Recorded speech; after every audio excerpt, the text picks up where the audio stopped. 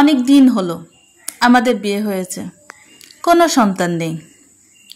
আমরা খুব প্রেম করে পছন্দ করে ভালোবেসে বিয়ে করেছিলাম। আমরা দুজন ক্লাসমেট ছিলাম। রাকিব আমাকে ভীষণ ভালোবাসতো। ও হাতটি ধরেছিল খুব শক্ত করে, তার জীবনের চাইতেও বেশি পছন্দ করত। আমাদের বিয়ে হয়েছিল কাজী অফিসে।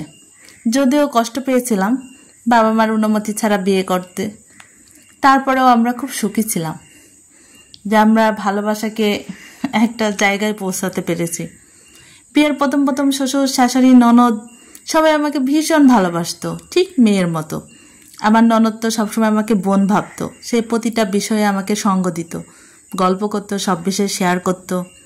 কিন্তু দিন দিন যত দিন যাচ্ছে ততই তাদের খারাপ ব্যবহার শুরু হয়ে গেছে। একটাই অপরাধ, আমার বাচ্চা হয় না। অবশেষে আমার শাশুড়ি ঠিক করলো তার ছেলেকে আবার নতুন করে বিয়ে দিবে। যে কথা সেই কাজ। প্রতিদিন আমার ননদকে নিয়ে এ বাড়ি ও বাড়ি যায় মেয়ে দেখতে। এভাবে দেখতে দেখতে একসময় তাদের একটা মেয়ে পছন্দ হয়ে গেল। বাসায় এসে বলছে মেয়েটা এত সুন্দর। রাকিবকে ডাকলো। রাকিব অফিস থেকে কেবলমাত্র এসেছে, ফ্রেশ হয়ে এক কাপ চা নিয়েছে। ঠিক সে সময় তার মা এসে বলল, তোমার জন্য একটা মেয়ে দেখেছি, মেয়েটা আমাদের খুব পছন্দ।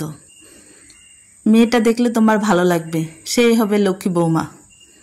রাকিব কথা শুনে রাজি হয়ে গেল, বলল ঠিক আছে, আমি শুক্রবারে ফ্রি আছি, তুমি আব্বুকে বলো, আমরা শুক্রবারে যেতে পারি।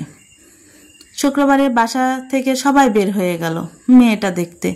রাকিব ফিরে এসে মেয়েটা দেখার পরে তার মুখটা খুব হাসি খুশি, তার মনটা এত ভালো। বাসার সবাই ভীষণ খুশি। শাশুড়ি আমাকে ডেকে বলল, তুমি এক্ষুনি বের হয়ে যাও, বেহার মতো কেন এ বাড়িতে পড়ে আছো? আমি নতুন বৌমায় আনছি, সেই বৌমা ঘর আলো করে পুত্র সন্তানের জন্ম দিবে। তুমি বের হয়ে চলে যাও। কিন্তু আমি কোথায় যাব? আমার বাবা মার সাথে কোনো সম্পর্ক নেই, আত্মীয় স্বজন সবার কাছে আমি রাকিবের ভীষণ প্রশংসা করেছি। তাকে আমি কি করে ছোট করব? কষ্টে বুকটা আমার মোচড় দিয়ে ওঠে। রাতে ঘুমাতে গেলাম, রাকিব আমার সাথে ইদানিং কথা বলে না। অনেক দিন যাবৎ প্রয়োজন ছাড়া সে কথা বলে না। আমি নিচে বিছানা করে ঘুমাই। রাকিব বলল, তুমি পাশের রুমে ঘুমাও, এখন থেকে অভ্যাস করো। আমি বললাম, আমি তো অভ্যাস করেই ফেলেছি, আর একটা রাত তোমার সঙ্গে থাকি। সকালে উঠে শাশুড়ি চিৎকার করতে শুরু করলো, তুমি এখনো বের হওনি? আমার বৌমা আসবে, তোমাকে কিন্তু ওই রুমে আমি পা দিতে দেবো না, ধারে কাছেও ঘেঁষিতে দেবো না। চিৎকার শুনে ননদ এসে বলল, মা তুমি বাড়াবাড়ি করছো, ও সময় হলে ওর নিজেই ঠিক করে নিবে, ভাবি কি করবে। রাকিব এসে বলল, স্টোর রুমটা ফাঁকা করে দাও, ও আজ থেকে ও রুমেই থাকবে।